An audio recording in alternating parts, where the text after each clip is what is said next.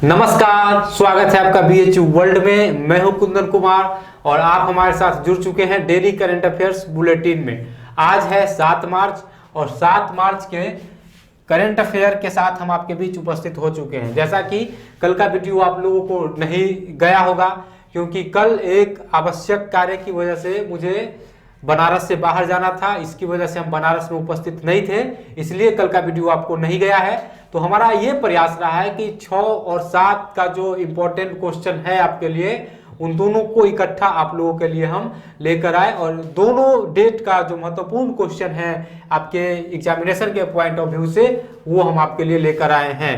आज का आप शीर्षक देख रहे होंगे, शीर्षक में हमारा आरबीआई दिया हुआ है और क्वेश्चन जो रिलेटेड है वह बैंकिंग क्षेत्र से रिलेटेड क्वेश्चन है। क्वेश्चन क्या है?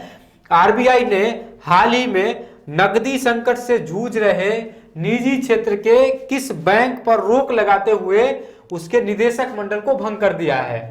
तो आरबीआई ने यस बैंक के निदेशक मंडल को भंग किया है और साथ ही इस पर पाबंदी भी लगाई गई है, क्योंकि ये बैंक जो है वह पिछले 3 महीने से आर्थिक मंदी से जूझ रहा था। अब इस पर क्या हुआ है कि इस पर प्रतिबंध लगा दिया गया है, इसके निदेशक मंडल को भंग कर दिया गया है और इसका जितना भी वित्तीय ताकत था उसको आरबीआई ने अपने हैंडल कर लिया है।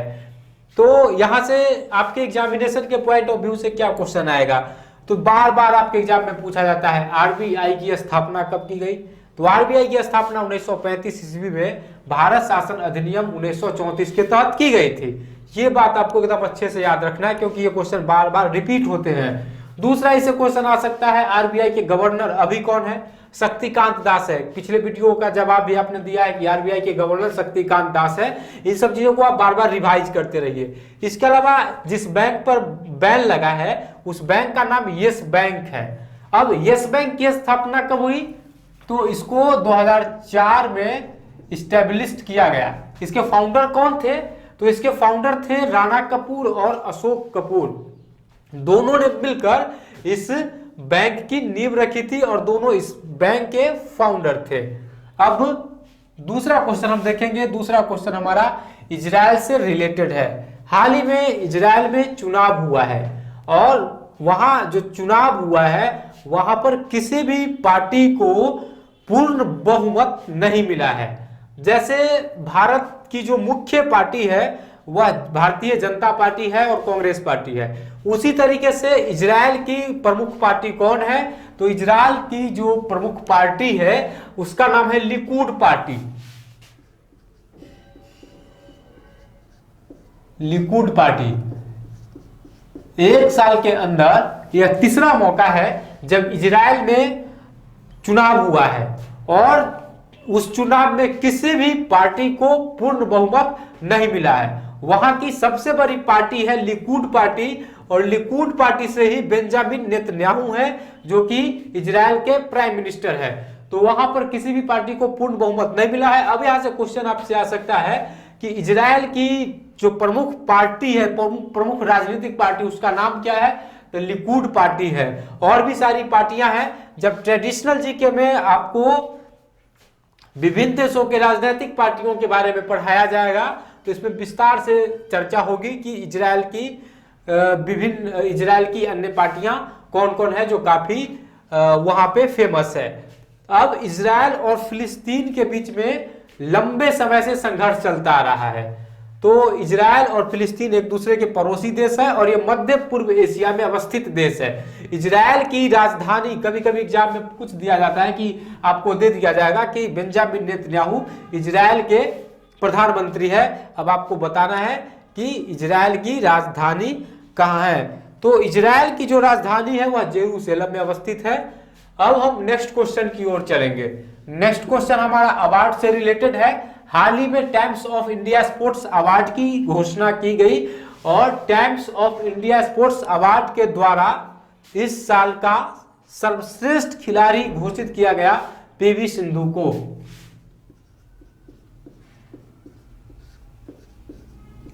पीवी सिंधु को 2019 का सर्वश्रेष्ठ खिलाड़ी घोषित किया गया है times of India sports award के द्वारा। और यह 5वां मौका है जब पीवी सिंधु को times of India sports award का सर्वश्रेष्ठ खिलाड़ी चुना गया है। अब पीवी सिंधु का संबंध बैडमिंटन से है, तो कभी कभी खिलाड़ियों का नाम दे दिया जाता है और ऐसे ऐसे क्वेश्चन, इसे दो प्रकार के क्वेश्चन आते हैं। एक तो सीधा कि आपको दे दिया जाएगा पीवी सिंधु का संबंध किस खेल से है, 4 ऑप्शन देगा, उसमें एक आपको चुनना है। दूसरा तरीका ये होता है कि एक तरफ आपको खिलाड़ी का नाम दे दिया जाएगा, दूसरी तरफ उसके जिस क्षेत्र से जुड़ा है उसका नाम दे दिया जाएगा और आपको कहेगा कि इसमें से कौन सही सुमेलित है, कौन अच्छा मैच कर रहा है, सबसे बेहतर मैच कर रहा है। या फिर 4 इसी तरीके से ऑप्शन देगा, 3 नहीं मिल रहा होगा और 1 मिल रहा होगा। तो 3 तरीके से क्वेश्चन पूछे जाने की संभावना रहती है खेल खिलाड़ी से रिलेटेड। अब नेक्स्ट हम देखेंगे 100 वुमेन ऑफ द ईयर के अवार्ड से 100 वुमेन ऑफ द ईयर में किसे सम्मिलित किया गया है। तो दरअसल क्वेश्चन जो है वो है किस अंतरराष्ट्रीय पत्रिका द्वारा इंदिरा गांधी को 100 वुमेन ऑफ द ईयर सूची में शामिल किया गया है। मतलब किस इंटरनेशनल मैगजीन के द्वारा इंदिरा गांधी को 100 वुमेन ऑफ द ईयर में शामिल किया गया है। तो इसका जवाब है टाइम पत्रिका के द्वारा। टाइम पत्रिका ने 1947 ईस्वी में 1947 में जब भारत आजाद हुआ था उस समय वुमेन्स ऑफ द ईयर का खिताब दिया था राजकुमारी अमृता कौर को। और इसके अलावा 1976 में 1976 में इसने वुमेन ऑफ द ईयर का अवार्ड दिया था इंदिरा गांधी को। इंदिरा गांधी भारत की सबसे मजबूत प्रधानमंत्रियों में से एक मानी जाती है और इन्हें आयरन लेडी के नाम से भी जाना जाता है। अब नेक्स्ट क्वेश्चन हमारा है समर कैपिटल से रिलेटेड। हाल ही में एक राज्य ने अपने समर कैपिटल की घोषणा की, तो उसका समर कैपिटल कहां बनेगा? तो उसका समर कैपिटल होगा गैरसैंण में। गैरसैंण में उसका समर कैपिटल होगा। तो कौन सा ऐसा राज्य है जिसने गैरसैंण में अपने समर कैपिटल बनाने की घोषणा की है? तो उस राज्य का नाम है उत्तराखंड। उत्तराखंड की राजधानी देहरादून थी। देहरादून अभी भी राजधानी रहेगी लेकिन वो अस्थायी कैपिटल होगी और इसका जो समर कैपिटल है वहां गैरसैंण को बनाया जाएगा। उत्तराखंड 9 नवंबर 2000 ईस्वी को भारत के 27वें राज्य के रूप में अस्तित्व में आया। अभी इसके मुख्यमंत्री त्रिवेंद्र सिंह रावत है और उत्तराखंड का जो हाई कोर्ट है वह नैनीताल में अवस्थित है। अब नेक्स्ट क्वेश्चन हमारा है हाल ही में भारत के न्यू फाइनेंस सेक्रेटरीज बनाए गए हैं। भारत के नए वित्त सचिव बनाए गए हैं। तो भारत के नए वित्त सचिव कौन बने हैं? तो भारत के नए वित्त सचिव बने हैं अजय भूषण पांडे। अजय भूषण पांडे को भारत का नया वित्त सचिव बनाया गया है। इससे पहले भारत के वित्त सचिव थे राजीव कुमार। 1 रुपये, 2 रुपये और 5 रुपये का जो नोट होता है उस पर भारत के वित्त सचिव का ही हस्ताक्षर होता है। इसके अलावा 10 रुपये, 20 रुपये, 100 रुपये, 50 रुपये, 500, 1000, 2000, अब 2000 का नोट प्रचलन में नहीं है, 500 के बाद 2000 का नोट प्रचलन में है। तो इन सब नोटों पर जो आरबीआई के गवर्नर होते हैं उनका हस्ताक्षर होता है और 1 रुपये, 2 रुपये, 5 रुपये के नोट्स पर वित्त मंत्रालय के जो वित्त सचिव होते हैं उनका सिग्नेचर होता है। अब नेक्स्ट क्वेश्चन हमारा बीसीसीआई से है। हाल ही में बीसीसीआई जैसे आईसीसी जो है वह क्रिकेट की सबसे बड़ी संस्था है अंतरराष्ट्रीय स्तर पर, उसी तरीके से बीसीसीआई भारत की सबसे बड़ी क्रिकेट संस्था है। तो इसके हाल ही में नए चयनकर्ता नियुक्त हुए हैं। तो उनका नाम क्या है? तो उनका नाम है सुनील जोशी। आप लोग क्रिकेट से खूब मन लगाकर आप लोग क्रिकेट देखते हैं, कहने की कोई बात नहीं है। और कल 8 मार्च है और कल ही T20 वर्ल्ड कप का फाइनल मुकाबला भारत और ऑस्ट्रेलिया के बीच खेला जाएगा। वुमेन्स का हो रहा है, मेंस का नहीं हो रहा है, इस बात को आपको ध्यान रखना है। तो बीसीसीआई का फुल फॉर्म भी आपको कमेंट बॉक्स में बताना है, ये हम आपके लिए छोड़ दिए हैं। अब नेक्स्ट है on which date saving deposit rate in India has been deregulated. Question number 8, 9 और 10 2014 का पूछा गया करंट अफेयर का क्वेश्चन है, करंट अफेयर ट्रेडिशनल जीके का।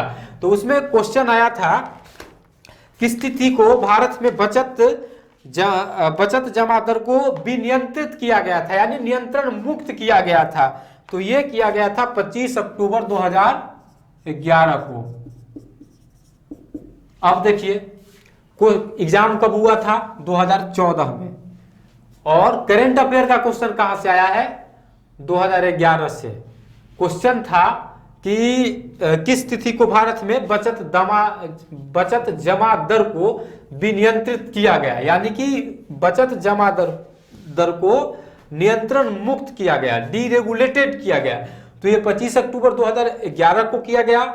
निसंदेह यह क्वेश्चन करंट अफेयर का है। एग्जाम 2014 में हुआ था, तो अगर एक साल का ही करंट अफेयर पूछना होता तो 2014 से ही क्वेश्चन आता, लेकिन क्वेश्चन कहां से पूछ रहा है, 2011 से पूछ रहा है। इसलिए कहा जाता है कि करंट अफेयर कहां से कौन सा क्वेश्चन पूछा जाएगा इसकी कोई गारंटी नहीं रहती है। लेकिन आप रेगुलर करंट अफेयर देख रहे हैं, करंट जो भी घटनाएं घटित हो रही है उस पर अगर आपकी पैनी नजर है तो आप करंट अफेयर से रिलेटेड सभी प्रश्न का जवाब बहुत ही आसानी से दे देंगे, आपको घबराने की जरूरत नहीं है। ये जो हुआ था 2011 में बस एक ही बार हुआ है, ऐसा नहीं कि फिर इसको बाद में भी अप्लाई किया गया। तो इसलिए फिर अगर आपसे क्वेश्चन पूछा जाए तो उसका जवाब आपको 25 अक्टूबर 2011 ही देना है, आपको घबराने की कोई जरूरत नहीं है। नेक्स्ट क्वेश्चन है ह्यूमन राइट डे कब मनाया जाता है। यह भी करंट अफेयर का क्वेश्चन है। 11 में, 13 में, 14 में क्वेश्चन बार बार पूछा गया है। कभी पूछा जाता है कि मानव अधिकारों की सार्वजनिक घोषणा कब की गई, और कभी पूछा जाता है मानव अधिकार दिवस कब मनाया जाता है। 2 बार आपसे पूछा गया है मानव अधिकारों की सार्वजनिक घोषणा कब हुई, और एक बार अभी तक पूछा गया है 2011 से। हम क्वेश्चन देख रहे हैं 2011 से 2014 तक, 11, 12, 13, 14, 4 साल में यह 3 बार क्वेश्चन आया है। 2 बार आया है मानव अधिकारों की सार्वजनिक घोषणा कब हुई, और एक बार आया है मानव अधिकार दिवस कब मनाया जाता है, ह्यूमन राइट डे कब मनाया जाता है। तो देखिए ह्यूमन राइट डे मनाया जाता है 10 दिसंबर को, और इसकी सार्वजनिक घोषणा की गई थी 1984 को। यह क्वेश्चन अब आप देखिए 4 साल में 3 बार पूछा गया है। तो ऐसे क्वेश्चन बार बार रिपीट होते हैं, बार बार आप इस बात को आपको बता रहे हैं, इसलिए इस सब क्वेश्चन को आपको एकदम रट लेना है। अब नेक्स्ट क्वेश्चन हमारा है, ये भी 2014 में पूछा गया था। क्वेश्चन था who was the prime minister of India at the time of second time Pokhran nuclear test. द्वितीय पोखरण परमाणु परीक्षण के समय भारत के प्रधानमंत्री कौन थे, यह क्वेश्चन पूछा गया। तो जब द्वितीय परमाणु परीक्षण हुआ था पोखरण में, उस समय भारत के प्रधानमंत्री थे अटल बिहारी वाजपेयी।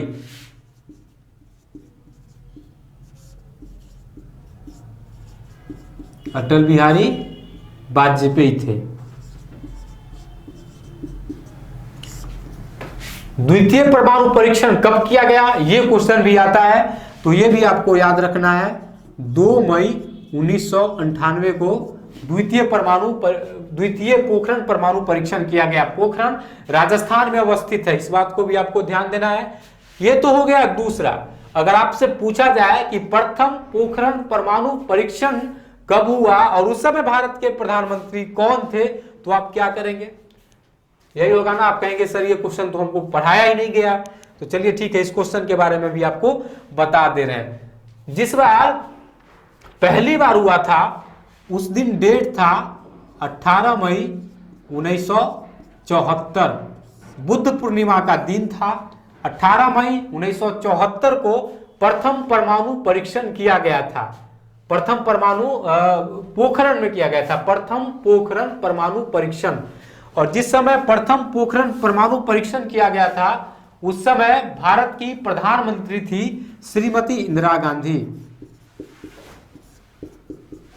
इंदिरा गांधी भारत की फर्स्ट लेडीज प्राइम मिनिस्टर है, इंडिया की first ladies prime minister Indira Gandhi है। और इनको आयरन लेडी भी कहा जाता है। इसके अलावे इनको प्रियदर्शिनी के नाम से भी जाना जाता है। तो दोस्तों ये था आज का डेली करंट अफेयर्स बुलेटिन। अब हम आपसे विदा लें उससे पहले प्रीवियस वीडियो में जो 3 क्वेश्चन आपसे पूछे गए थे उसका जवाब देते चले।